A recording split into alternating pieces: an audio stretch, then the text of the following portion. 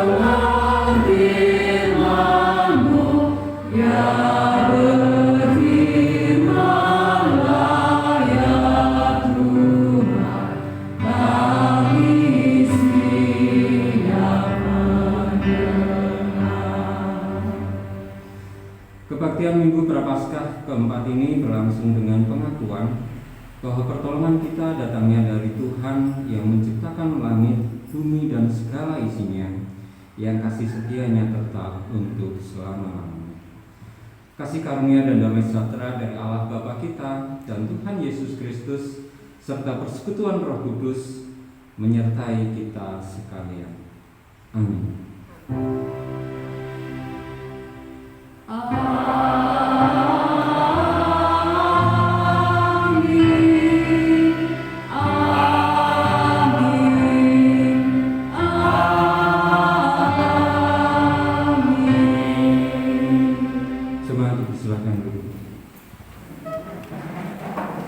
Bapak, Ibu, dan Saudara yang dikasihi Tuhan, mari kita naikkan kidung pujian kita yang diambil dari KJ 15, bait yang pertama dan yang ketiga. Berhimpun semua.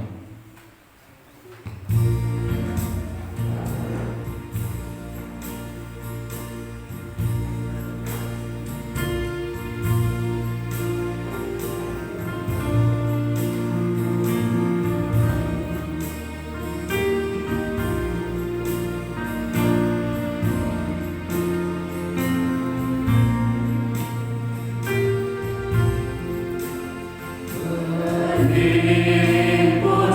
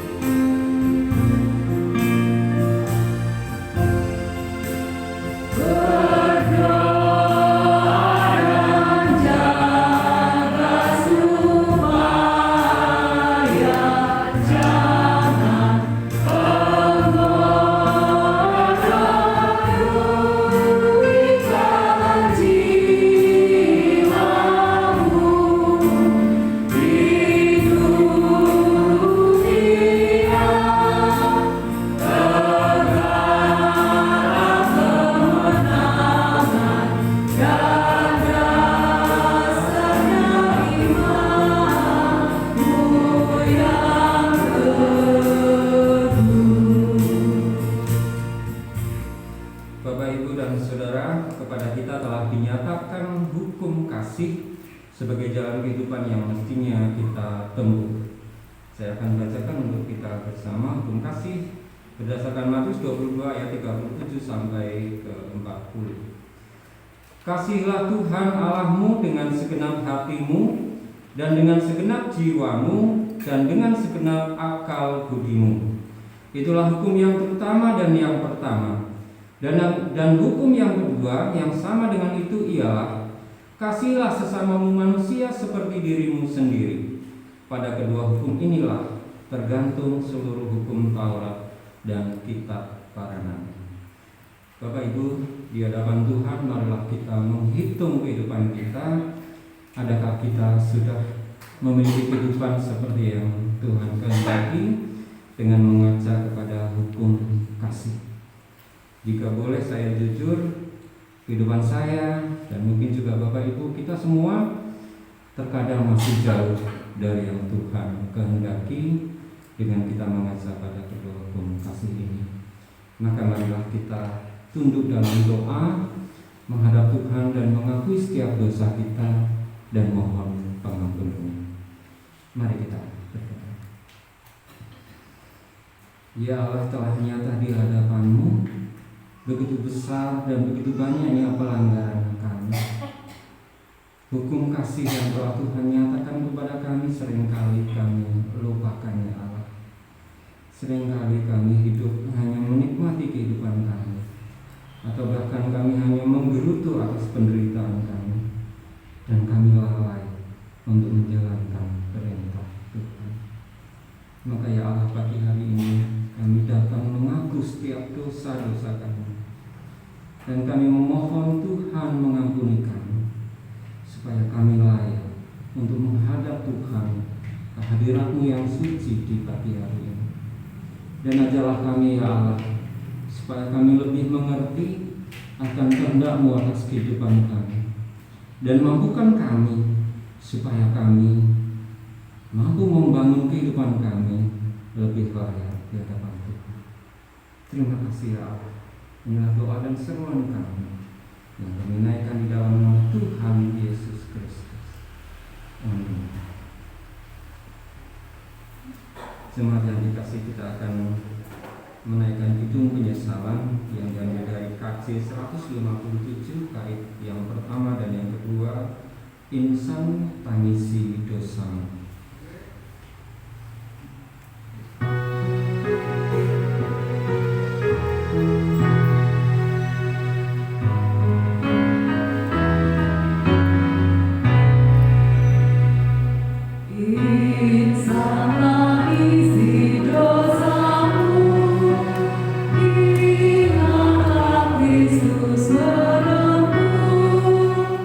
Jangan perlu sesat.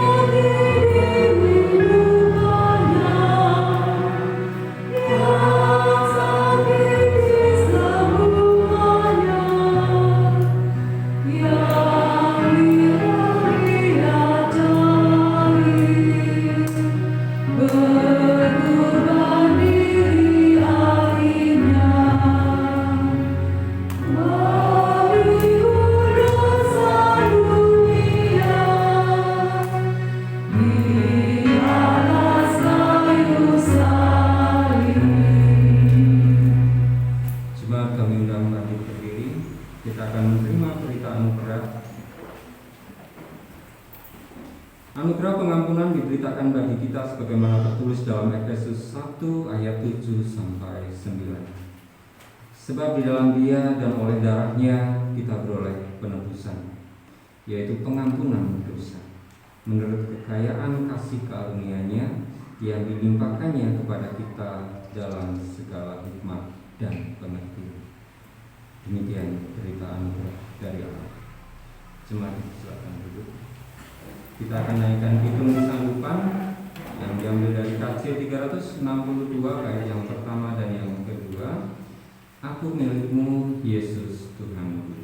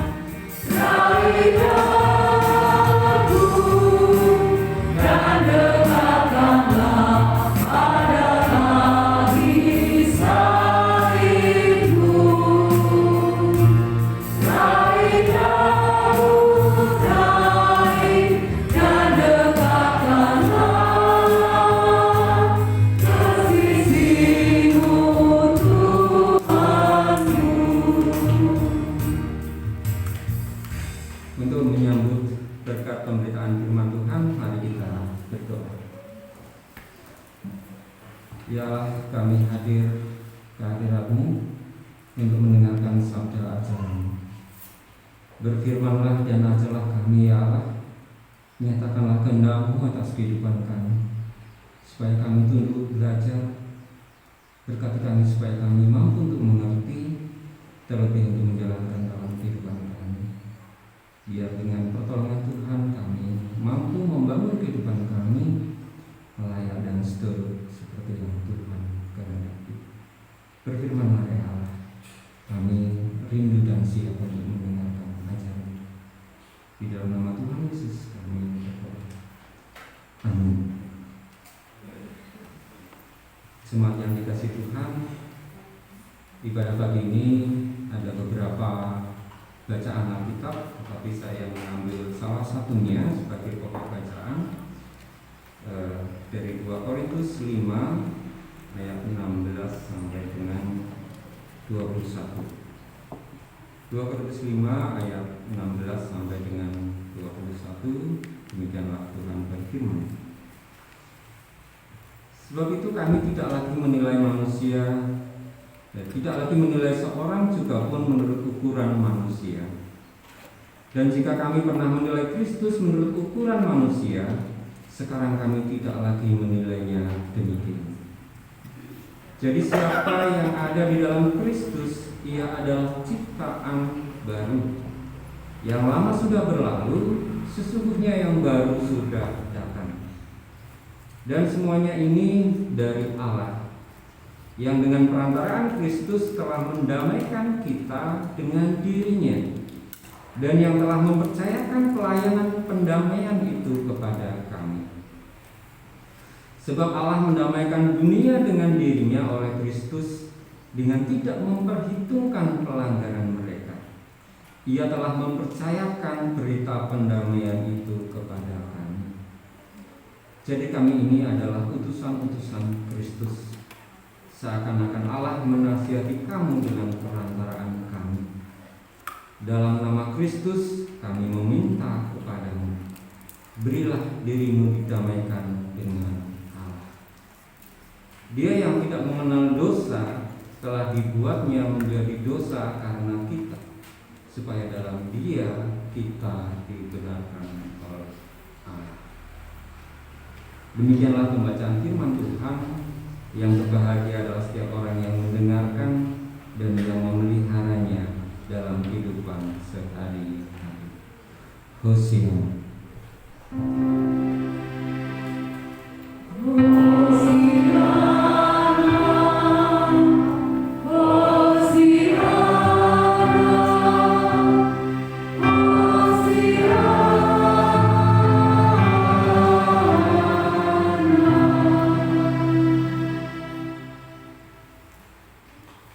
Selamat pagi Bapak Ibu dan Saudara yang dikasihi Tuhan. Sepertinya sehat semua ya. Puji Tuhan, saya juga baru kali ini ya khotbah dalam kondisi yang sehat.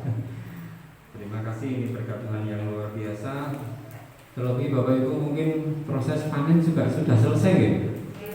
Sudah selesai. Kemudian nanti mungkin bersiap langsung cocok tanam atau bagaimana ini? Karena masih musim hujan ya. Biasanya nggak terlalu lama. Oke, Bapak Ibu, kemarin malam kalau tidak salah, kemungkinan langit di atas kita sama ya, kecuali mungkin keluarga Pak Yohanes yang agak jauh ya, mungkin tidak tahu langit di atas Gerujukan, Tanjung Sari sekitar sini itu begitu bergemuruh Bapak Ibu. Keluarga kami sampai yang biasanya api itu tidur di kamar yang terpisah, kami baru mulai melatih ya untuk berani tidur sendiri. Ya, kadang menjelang tidur saya elus-elus dulu sampai terlelap, nanti saya pindah. Sampai kami harus memindahkan api untuk tidur bersama kami. Karena saya sebagai orang dewasa saja nyuwun sewu, ada rasa takut Bapak Ibu. Karena kilatnya terang banget, suaranya juga menggelegar luar biasa, dan itu lama ya Bapak Ibu ya. Kalau yang tidak terbangun gara-gara itu mungkin itu termasuk orang sakti gitu, damainya hidup gitu ya, sampai enggak terbangun. Ada yang tidak terbangun gara-gara petir kemarin? Ada. Bangun semua ya, dan ketakutan. Dan baru pagi hari saya ingat Bapak Ibu, saya pernah membawakan kisah tentang Daud. Masih ingat ya Bapak Ibu ya? Di mana di malam yang penuh badai, petir dan sebagainya, dia malah memuji Tuhan. Dia melihat di balik hujan badai petir itu kekuasaan Tuhan, kuasa Tuhan dinyatakan. Tapi saya ingatnya itu baru pagi harinya Bapak Ibu. Ketika malam ya saya ketakutan. Saya sampai minta istri saya, Bu, TV-nya mesti pateni apa durung? Kenapa? Saya minta istri saya mematikan televisinya. Karena televisinya itu di kamar tempat tidurnya Mbah. Kalau saya membuka, nanti jadinya enggak ya. Jadi istri saya melihat terus, aduh. Ya, namanya takut begitu nggak Bapak Ibu? Saya baru sadar ketika esok hari ini, oh iya ya, di tengah hujan badai yang mengerikan, bahkan Daud itu mungkin posisinya dalam pelarian ya, dia di padang rumput, bukan di istana yang megah, dan dia malah merasakan kehadiran Allah. Loh kok saya malah melupakan hal itu? Tapi ya, oke lah. Bapak Ibu dan Saudara, saya tidak tahu nih kenapa setiap kali saya membawakan khotbah, kok setiap khotbah rasanya berat nih judulnya nih. Mbak Citra apa mengalami hal yang serupa? Atau ringan-ringan saya? Ini kalau Bapak Ibu melihat judulnya nih, hidup dalam rangkulan cinta Allah. Aduh. Mestinya ini menggembirakan sekali, tetapi buat saya kok berat nih. Gampangannya beratnya di mana? Kita merasakan ini apa enggak janjinya? Nah, kalau kita semua merasakan ya enteng banget ketika saya menyampaikan, kita tinggal cerita-cerita gitu rasanya dia sih dalam rangkulan Tuhan rasanya gimana sih? Tapi saya sendiri kadang-kadang ya seperti tadi yang saya ceritakan Bapak Ibu. Ketika petir melanda begitu hebatnya, saya lupa dengan cerita yang saya bawakan sendiri. Itu kan berarti namanya berat ya.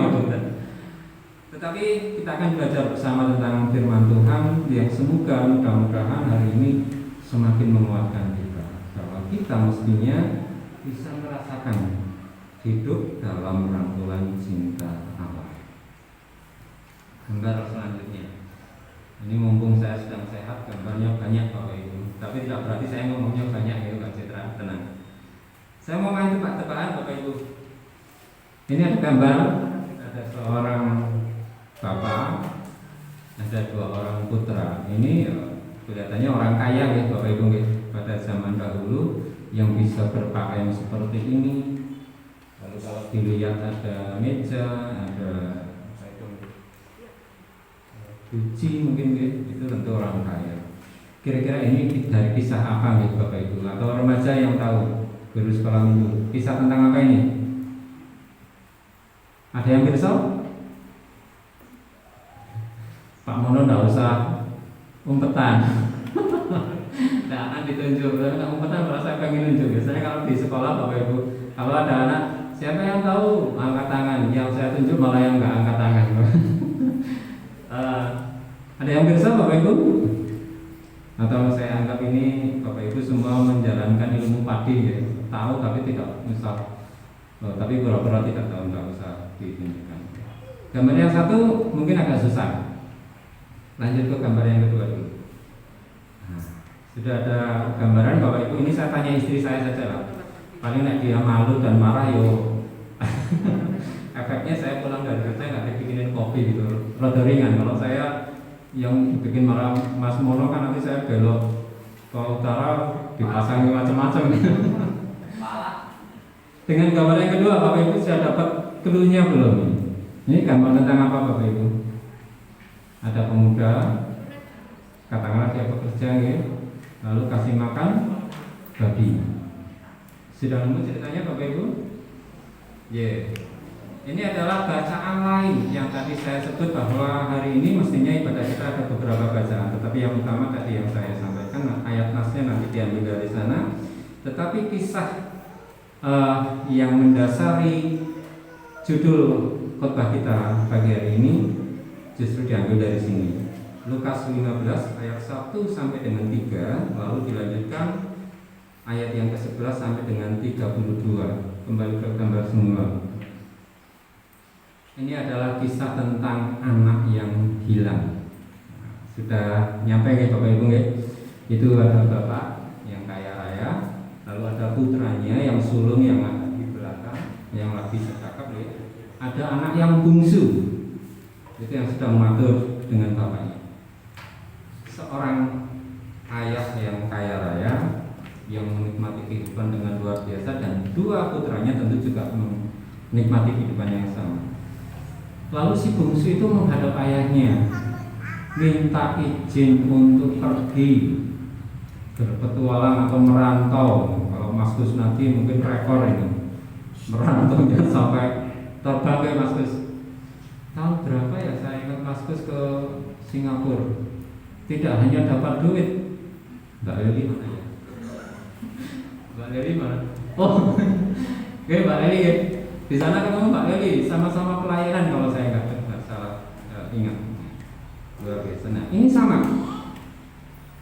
Si bungsu mau pergi merantau, tetapi bedanya si bungsu minta bagian warisan Bapak Ibu. Ini yang kode sarung ya. Saya membayangkan saya sebagai bapaknya, waduh, kebangetan banget ya, bapaknya masih gagah, masih sehat, masih nganu, dan kebutuhan anaknya itu di rumah juga semua terpenuhi, tercukupi. Lah kok minta hitung-hitungan warisan?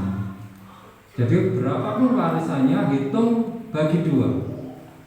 Karena anaknya hanya 2.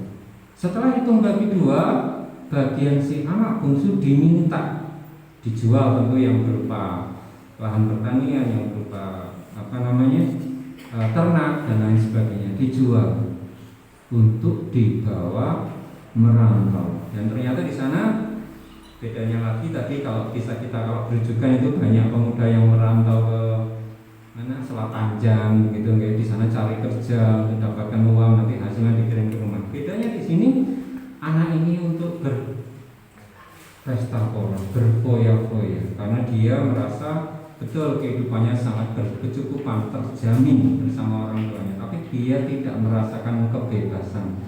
Saya pengen ini, saya pengen itu, banyak hal yang dilarang. Ya sebetulnya larangan itu untuk kebaikannya juga, tetapi dia merasa aku orang kaya kok seperti ini. Dia jual semuanya. Dan ketika di negeri yang asing, ternyata Bapak Ibu dengan pola hidup yang luar biasa, jor-joran gitu nggih. So maunya tidak pakai perhitungan karena dia memang membawa harta yang sangat banyak. Pada akhirnya harta itu habis dan dia tidak punya pekerjaan. Akhirnya dia bekerja layaknya seorang budak di sebuah pertanian atau peternakan, dan dia tugasnya memberi makan babi, ternaknya itu babi. Kalau di sini yang pernah melihara babi kayaknya Mbah Syukur saja ya. Saya pernah dengar cerita zaman dulu saya masih di SMP 1, saya sudah dengar kisah-kisah luar biasa Mbah Syukur. Ada babi, ada sapi, ada wah macam-macam ini. Tidak tahu sekarang masih tidak, Mbak? Babinya sudah tidak ada ya? Sekarang tidak ada. Nah, sampai satu saat dia merasakan kelaparan yang luar biasa.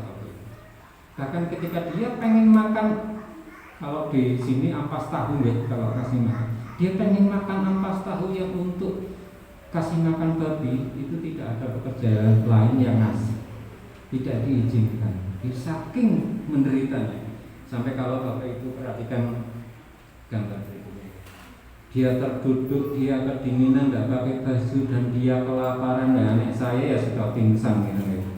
Nah, Mas Kusnadi, Pak Mono mungkin ya seminggu masih bertahan gitu ya. Nah, saya sudah lah IGD gitu ya. Nah, lalu dalam keterpurukan ini dia mengingat Bapak Ibu betapa dahulu kehidupannya begitu sejahtera, begitu makmur, begitu tercukupi. Tidak pernah dia merasakan yang namanya lapar, karena baginya mungkin ya saya makan sebelum lapar dan berhenti setelah kekenyangan biasanya seperti itu mungkin ya. Tetapi kondisi ini dia hanya bisa menangis, dia tidak bisa berontak, tidak bisa ngapa-ngapain. Oh ternyata kehidupanku yang dulu begitu terberkati, begitu luar biasa, sudah aku tinggalkan demi sesuatu yang menurutku sangat menyenangkan, tetapi ternyata menghasilkan kehidupan yang luar biasa menyedihkan. Lalu dengan menguatkan segala tekad, segala keberanian, walaupun sebetulnya dia sudah berpikir tidak mungkin. Kalau saya kembali ke orang tua, harta saya sebagian saya sudah habis. Paling saya nanti kalau kembali juga ya hanya sebagai hamba, salah satu hamba dari orang tua. Tapi tidak apa-apa daripada saya mati kelaparan di sini sebagai budak. Gambar berikutnya, Pak. Dengan memberanikan diri dia kembali ke orang tuanya, kembali ke keluarganya, dan di luar dugaan seperti yang Bapak Ibu pirsa. Kalau Bapak Ibu nanti di rumah bisa membaca itu dari Lukas 15 ayat, tepatnya kisah ini di ayat yang ke-11 sampai 32 gitu. Itu dengan pakaian yang compang-camping, jalannya sudah terbungkuk-bungkuk, sudah melebihi kakek-kakek yang rentang ya. Pakai tongkat juga untuk menopang tubuhnya, dia pulang. Dan dia pulangnya itu siap, ya sudahlah, saya dimarahin tidak apa-apa, saya tidak diterima sebagai keluarga lagi, saya hanya dianggap sebagai hamba juga tidak apa-apa, yang penting saya dapat pakaian layak, saya dapat makan dan minum yang cukup. Tapi yang luar biasa, bapaknya menyambut dengan penuh kasih seolah tidak ada masalah apa-apa. Kasih seorang ayah, seorang ibu, seorang orang tua yang begitu luar biasa ya. Tidak melihat kenakalan kita anak-anak, tetapi tetap merengkuh dengan penuh kasih sayang. Tidak menghitung betapa mengecewakannya apa yang telah dilakukan anaknya itu di tempo hari. Tetapi ketika dia pulang, ayah ini menyambut dengan luar biasa.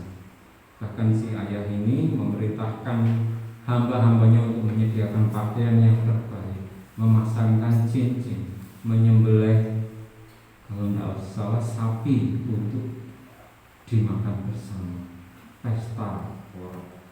Lalu gambar berikutnya. Nah, sayangnya Bapak Ibu, ini yang kadang-kadang terluput ketika kita membahas kisah tentang ini. Si kakak itu ternyata secara manusiawi dia merasakan iri Bapak Ibu, bahwa adiknya yang telah begitu tanda petik nakal, yang begitu mengecewakan, itu sudah pergi membawa setengah harta kekayaan ayahnya dan itu dihabiskan, dan pulang malah disambut dengan pesta, dengan sukacita yang luar biasa. Sementara dia merasa selama ini melayani bapaknya dengan luar biasa, merawat dia dengan luar biasa, tidak pernah sekalipun diadakan pesta untuk dirinya. Ada sisi seorang manusia dia merasa ini. Nah, Bapak Ibu, dari gambar yang terakhir ini ada hal yang menarik. Kalau kita mengaca pada diri kita masing-masing, di gambar ini posisi kita di mana Bapak Ibu? Kalau gambaran Bapak ini, tentu ini adalah gambaran Allah kita yang penuh kasih mengasihi anak-anaknya. Kemudian ada dua pilihan, apakah kita adalah anak si bungsu yang pernah merasakan kasih setia Allah yang luar biasa, lalu jatuh dalam dosa, melupakan kasih itu, lalu kembali karena mengingat betapa luar biasanya Allah mengasihi kita. Ataukah kita justru adalah sosok yang kedua, si sulung yang kadang-kadang melihat lebih dengan kacamatanya sebagai manusia, yang kadang-kadang kok kayak gini, dia seperti ini kok dikasih seperti dan sebagainya, iri dengki. Atau jangan-jangan justru kita tidak ada dalam kisah ini, kita hanya penonton di luar yang hanya melihat bagaimana dua anak ini dikasih oleh orang tuanya, dan kita hanya penonton yang tidak atau gagal merasakan kasih itu. Bapak Ibu, halaman berikutnya. Pada bacaan yang utama tadi saya bacakan, saya mengambil satu nas yang diambil dari 2 Korintus 5 ayat 17. Jadi siapa yang ada di dalam Kristus, ia adalah ciptaan baru. Yang lama sudah berlalu, sesungguhnya yang baru sudah datang. Kalau menyatakan anak bungsu yang tadi telah hilang dan kembali, bapaknya sudah melupakan semua kesalahannya, semua tingkahnya yang begitu mengecewakan, dan merangkulnya dengan penuh kasih. Nah, semestinya kita Bapak Ibu, kita semua dipanggil untuk merasakan berkat-berkat dari Tuhan. Pertanyaan besarnya, apakah kita sudah merasakan berkat-berkat itu sebagai kita sebagai pribadi yang dikasihi Allah, sebagai orang Kristen? Apakah kita memiliki cukup kekuatan untuk menghadapi kehidupan yang kadang-kadang penuh dengan petir, penuh dengan badai? Ataukah kita dengan begitu mudah jatuh ke dalam dosa karena kekhawatiran kita? Sebagai pribadi baru, semestinya kita memiliki kekuatan yang baru apapun kondisi kehidupan kita. Entah itu baik, entah itu buruk, kita selalu dekat kepada Tuhan. Ada salah satu firman Tuhan yang menarik ketika Tuhan Yesus memberikan perumpamaan tentang betapa sulitnya orang kaya masuk surga. Lalu di sisi lain pernah juga kita baca kisah di Nabi Elia, nabi yang berapi-api, bagaimana seorang janda tua yang hartanya sudah habis karena kemarau panjang 3 tahun di Israel, yang tersisa hanya tepung dan minyak, dan itu yang kemudian dengan rela dibagi bersama Nabi Elia. Lalu oleh karena berkat Tuhan, tepung dan minyak itu tidak habis sampai dengan kemarau itu berakhir. Bapak Ibu, saya mau mengatakan di sini, sebetulnya setiap kita yang dipanggil Tuhan adalah ciptaan baru. Tidak ada lagi beda apakah kita kaya, ataukah kita miskin? Lalu apakah kita susah untuk merasakan berkat dari Tuhan? Kalau kita bisa merasakan kehidupan yang diberkati Tuhan, entah bagaimana kondisi dan keadaan kita adalah jemaat yang diberkati. Gambar berikutnya tentang ciptaan baru, Bapak Ibu. Ini ada gambar ilustrasi yang menarik. Ada energi yang menghidupkan bagi ciptaan baru yang dipanggil oleh Allah untuk diberkati. Ini saya ingat pernah saya tampilkan ketika saya membawa khotbah yang pertama kali. Mari kita hitung-hitung bersama, kita refleksi kehidupan kita, Bapak Ibu. Apakah kita sudah masuk sebagai ciptaan baru yang Tuhan maksudkan tadi? Ataukah jangan-jangan sebetulnya kita sudah memakai pakaian yang baru, tetapi kehidupan kita masih kehidupan yang lama, yang masih jauh dari berkat Tuhan? Kita lihat, Bapak Ibu, kehidupan lama kita yang belum dekat dengan Allah, itu di situ berisi energi negatif.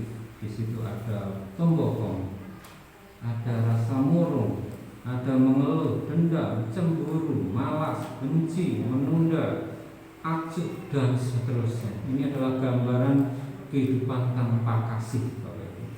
Sementara di sisi yang kanan kita bisa membandingkan gambarnya itu yang sebelah kiri, energi negatif, tidak ada daun, tidak ada kehidupan. Lalu sebagai kehidupan yang baru yang diberkati Tuhan, di situ ada murah hati, ada memaafkan, ada jujur, ada kasih, ada lemah lembut, dan seterusnya.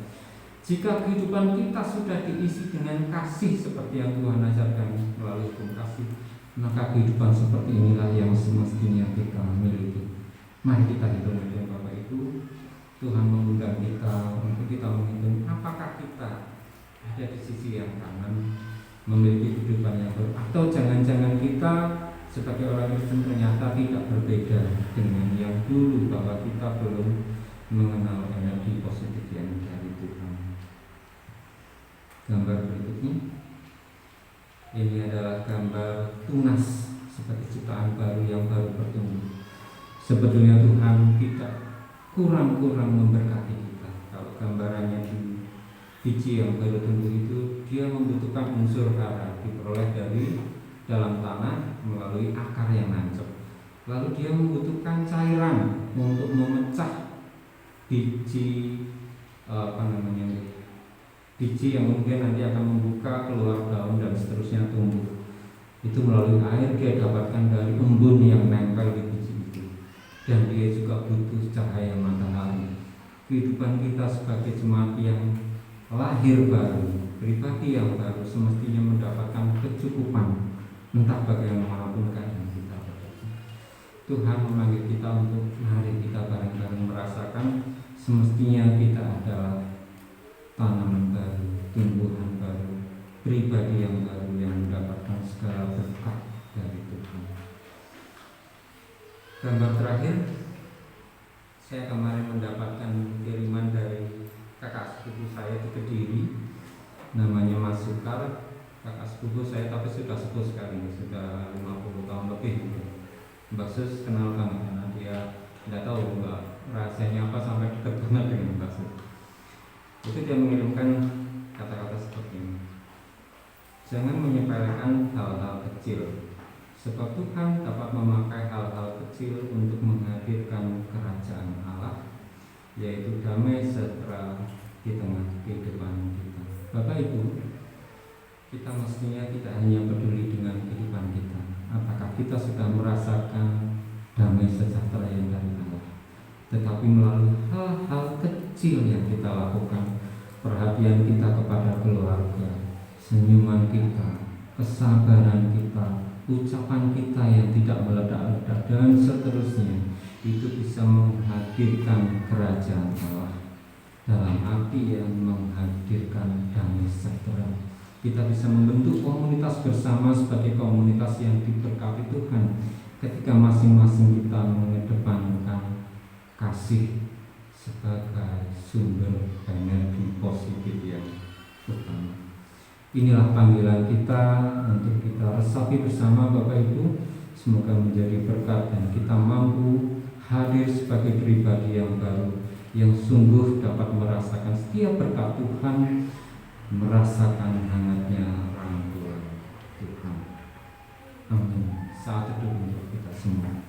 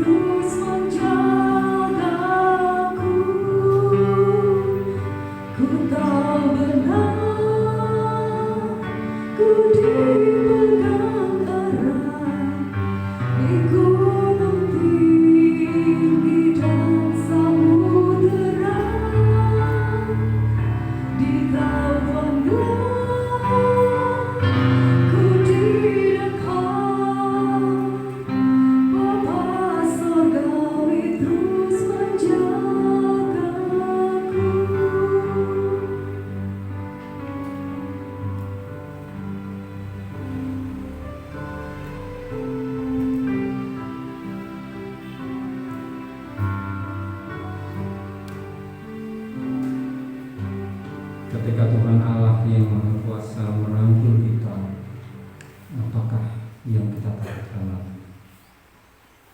Cuma kami panggil untuk bangkit berdiri bersama dengan umat Allah sepanjang masa. Mari kita ikrarkan dan teguhkan kembali apa yang kita imani dengan bersama mengucapkan pengakuan iman rasuli.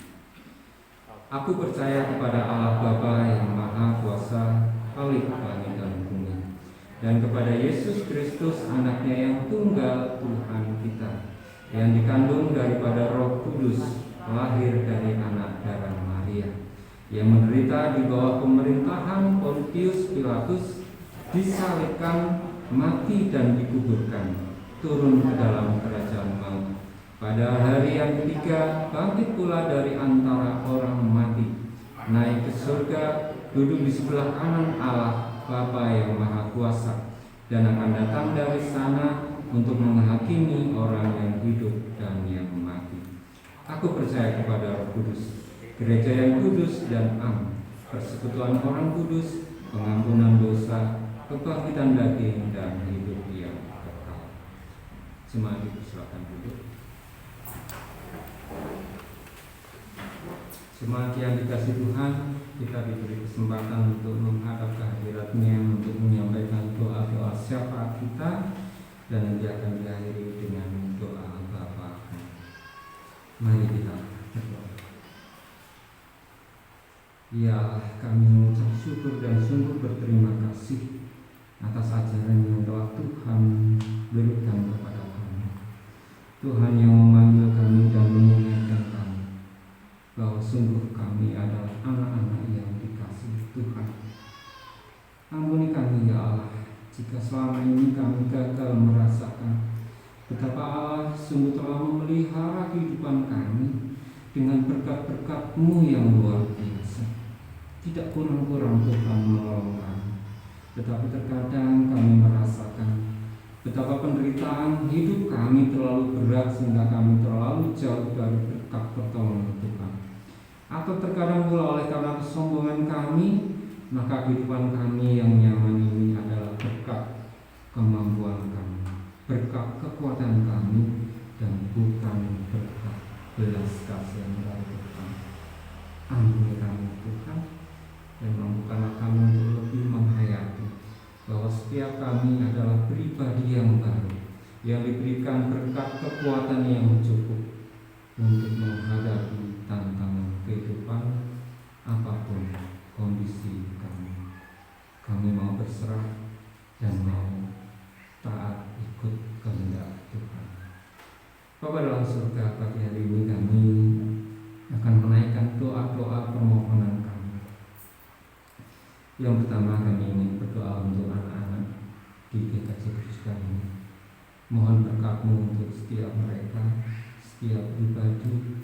Tuhan izinkan dan Tuhan tolong untuk dapat tumbuh dalam kehidupan yang mengenal akan kasih Allah dan mendasari kehidupan mereka dengan takut akan Tuhan. Tuhan kiranya memberkati setiap orang tua yang mendidik, yang mengajar, yang memelihara mereka.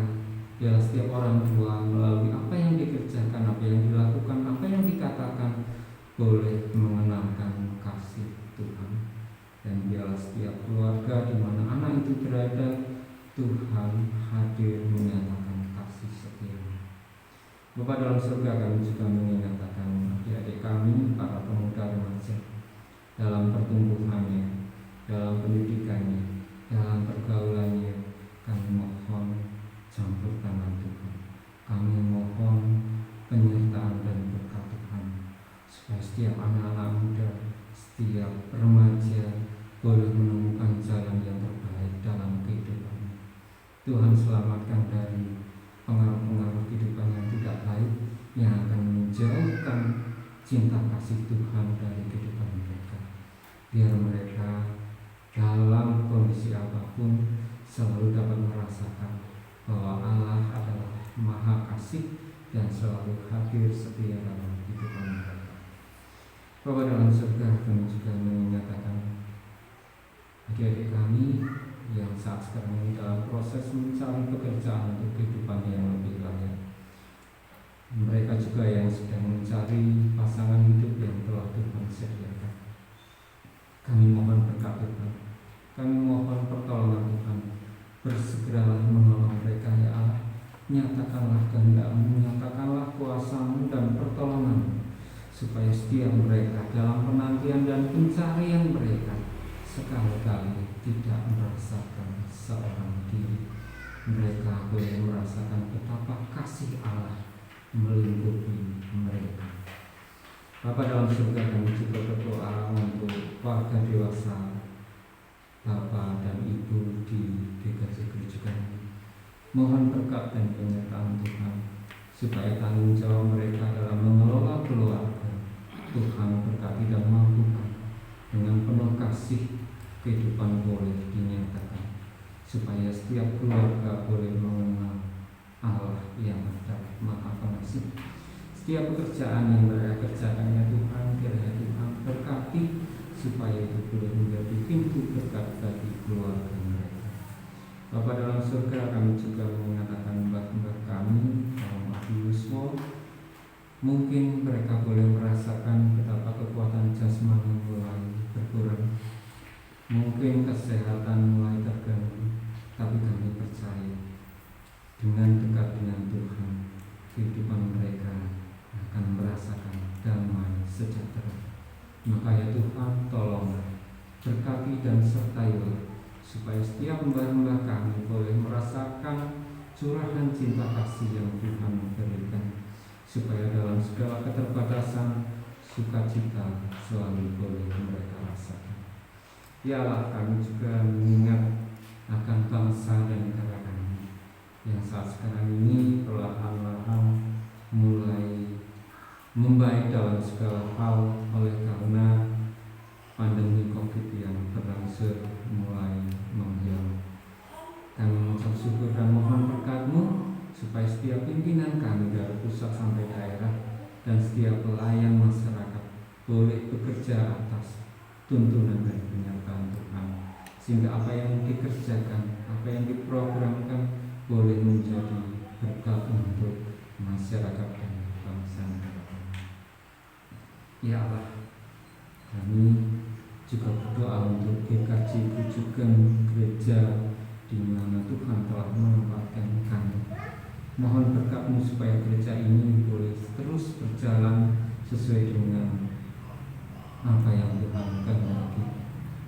Harapan kerinduan gereja ini untuk memiliki pendeta, kiranya Tuhan berkati pula melalui usaha-usaha kami. Jika di bulan depan kami memulai pembentukan panitia pemanggilan pendeta, kiranya Tuhan sertai dan berkati, supaya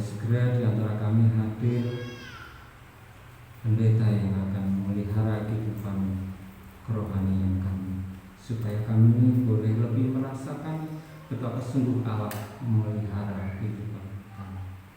Terima kasih ya Allah. Masih banyak sekali doa dan permohonan yang mungkin belum bisa kami sampaikan karena keterbatasan kami, tetapi kami percaya Tuhan akan mencukupkan segala kebutuhan kami sebelum kami menyampaikannya kepada Tuhan karena keterbatasan kami. Dan izinkanlah kami menutup rangkaian doa syafaat kami dengan menaikkan doa Bapa kami yang telah Tuhan ajarkan kepada kami. Bapa kami yang di surga, dikuduskanlah namamu, datanglah kerajaan-mu, jadilah kehendak-mu di bumi seperti di surga. Berikanlah kami pada hari ini makanan kami yang secukupnya, dan ampunilah kami akan kesalahan kami, seperti kami juga mengampuni orang yang bersalah kepada kami. Dan janganlah membawa kami ke dalam pencobaan, tetapi lepaskanlah kami daripada yang jahat, karena Engkaulah yang mempunyai kerajaan dan kuasa dan kemuliaan kekal sampai selama-lamanya. Amin.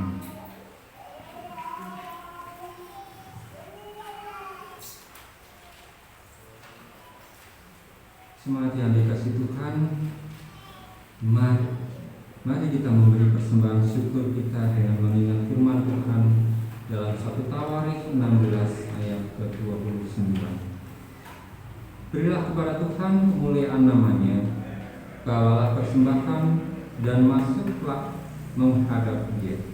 Sujudlah menyembah kepada Tuhan dengan berhiaskan kekudusan. Jemaat yang dikasihi Tuhan, kita akan menyerahkan persembahan yang telah kita kumpulkan tadi diiringi dengan kidung persembahan dari KJ 363 bait yang pertama dan yang kedua, Bagi Yesus kuserahkan.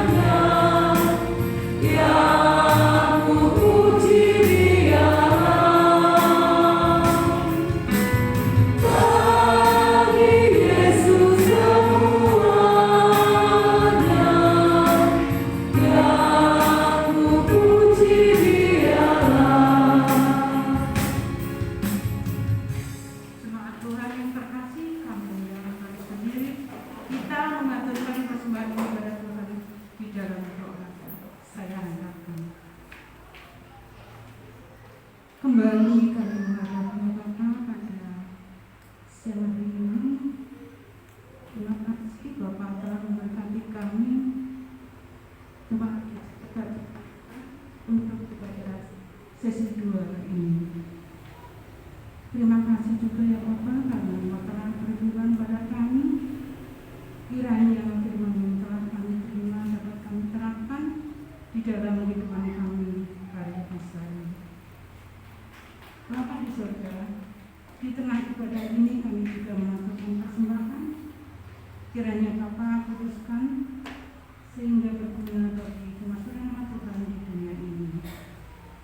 Hamba-Mu yang mengelola persembahan ini, kiranya Bapa berkati. Bapa di surga, selanjutnya kami akan mengakhiri ibadah pada siang hari ini. Pulang rumah kami masing-masing. Mohon berkat-Mu, penyertaan-Mu ya Bapa, sehingga kami boleh sampai ke rumah kami masing-masing dalam keadaan selamat. Segala dosa dan selamat kami kiranya Bapa ampuni. Hanya di dalam nama Yesus Kristus kami telah berdoa dan mengucap syukur. Amin. Saudara yang terkasih, peganglah janji pengharapan yang dinyatakan Tuhan Yesus Kristus di dalam setiap langkah hidup kita, dan arahkanlah hatimu kepada Tuhan. Kita akan menyanyikan kidung pengutusan yang diambil dari KJ 436 bait yang pertama dan yang kedua. Lawanlah godaan.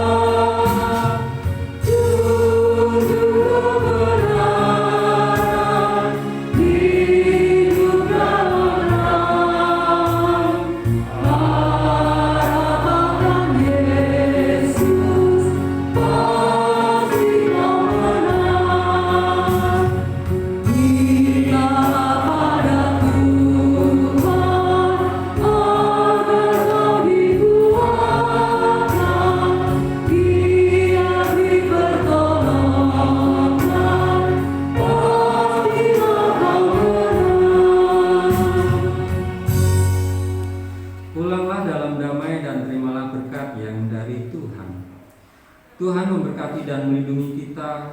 Tuhan menyinari kita dengan wajah-Nya dan memberi kita kasih karunia. Tuhan menghadapkan wajah-Nya kepada kita dan memberi damai sejahtera. Amin. Jemaat silakan. Warta gereja.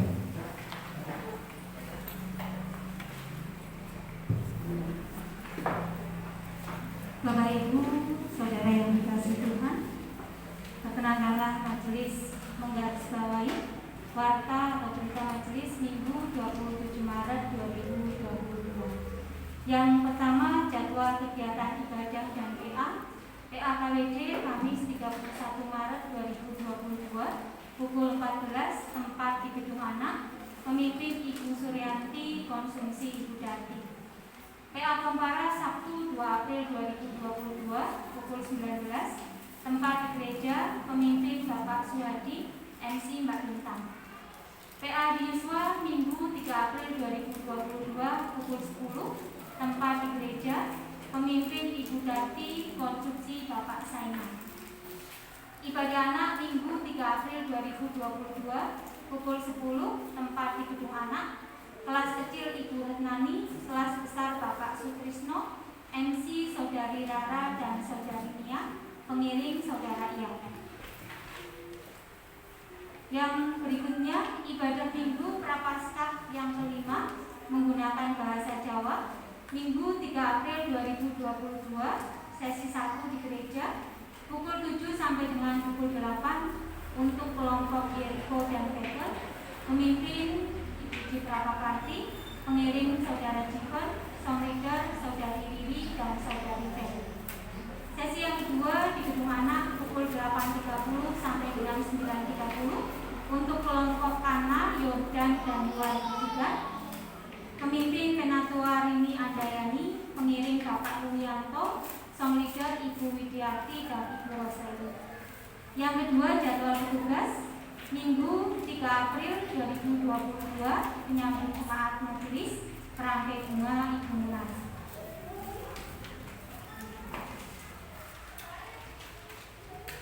Yang berikutnya nomor 8, Sakramen Perjamuan Kudus.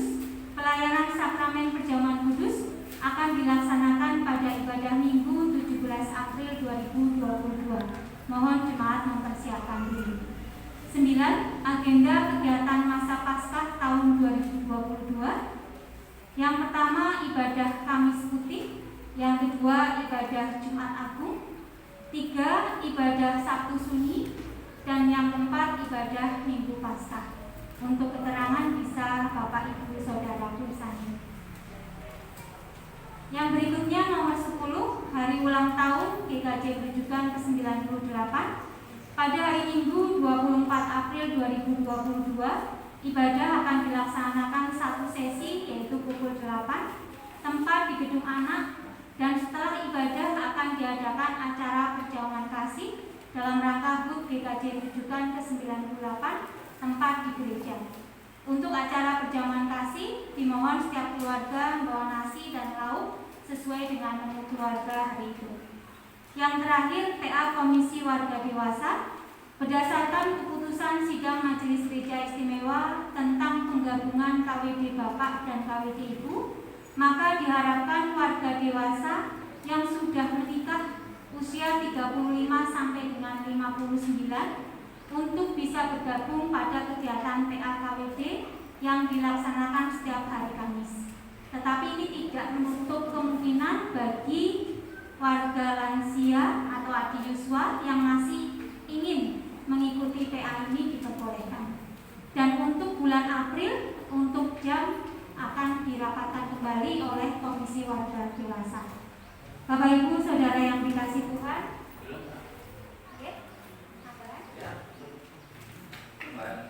Kemarin nomor 12 ya, Komisi Warga Dewasa. Ini ada angka 35 sampai 59 tahun. Nah, kalau kemarin saya nggak mendata hari ini, cuma kami bergabung karena kondisi kami yang sama, terutama anggotanya. Tapi kalau saya kemarin tidak mendata, tidak menentukan untuk warga dewasa 35 sampai 59 ikut ke KWD Bapak atau warga dewasa. Nah, apa ini nggak mengganggu yang bawahnya KWD warga dewasa atau PNPD? Padahal kalau saya amati 35 sampai 39 itu masih punya komisi sendiri. Mohon itu dijelaskan bagaimana? Yes. Ini hanya untuk kategorial saja Pak Mono. Jadi kalau misalnya yang usia 35 tahun untuk sementara saat ini PMPD masih ada nih. Jadi masih bisa untuk ikut ke komisi PMPD. Tapi kan untuk seterusnya rencana PMPD hanya dijadikan sebagai kelompok. Seperti itu istimewa bahwa PMPD itu kurang efektif karena yang datang hanya itu saja. Seperti itu. Dan ini tadi sudah saya sampaikan bahwa usia 35 sampai 59 itu hanya untuk kategori A saja. Bagi Bapak Ibu Adi Yuswa yang usianya di atas 59 atau yang kurang dari 35, itu kalau milih yang Adi Yuswa yang kurang dari, yang lebih dari 59 itu boleh ikut ke Komisi Warga Dewasa. Sementara yang PA-PMPD yang usia 35 juga kalau misalnya PA masih berjalan, terima kasih, itu juga masih bisa bergabung ke komisi atau ke PA-PMPD. Ini hanya sebagai kategori saja. Kira-kira warga dewasa itu umur berapa sampai berapa? Harus makanan. Saya takutnya kan mau ganggu yang PMPD itu. Jadi kita nanti merubah semua. Kita naikkan PMPD kosong, bingung kita mencarinya. PMPD tetap berjalan. Oh iya. Berbarengan. Mbak Citra, izin saya menambahkan sedikit. Iya, sama. Ya, sebetulnya sekali lagi PMPD itu dibentuk dulu kan karena ada kerinduan, ada peralihan dari pemuda dewasa yang sudah menikah, tapi mau masuk ke komisi dewasa itu masih canggung. Sementara itu juga butuh pemeliharaan, ya. Artinya dibentuk itu. Tetapi dengan melihat bahwa sebetulnya usia 35 sampai 59 itu mestinya masuk yang komisi dewasa. Nah, jadi karena ini masih peralihan ya Bapak Ibu, maka yang masih ikut PMPD, kalau PMPD masih ada PA-nya silakan. Nanti ketika ada PA komisi dewasa, ya sebaiknya sudah mengikuti. Seperti dulu saya terakhir, saya masih PMPD, tapi saya sudah mengikuti di tempatnya Pak Mono, tempatnya Pak Giring, seperti itu. Semestinya saya dan teman-teman juga mengikuti yang komisi dewasa. Dan ke depan memang komisi PMPD dihilangkan, nanti lebih sebagai bentuknya kelompok, mungkin olahraga pagi lah. Kalau PMPD olahraga pagi, yang sepuh-sepuh boleh ikut enggak kami persilahkan. Ini juga sama. Mungkin gambarnya yang akan Bapak Ibu. Ya, monggo dilanjut. Ya udah jelas. Terima kasih. Jelas. Oke, makanan Bapak Ibu berita majelis untuk minggu ini 27 Maret 2022. Marilah kita akhiri ibadah sesi yang kedua ini. Kita bangkit berdiri, kita menyanyikan Hidup Jemaat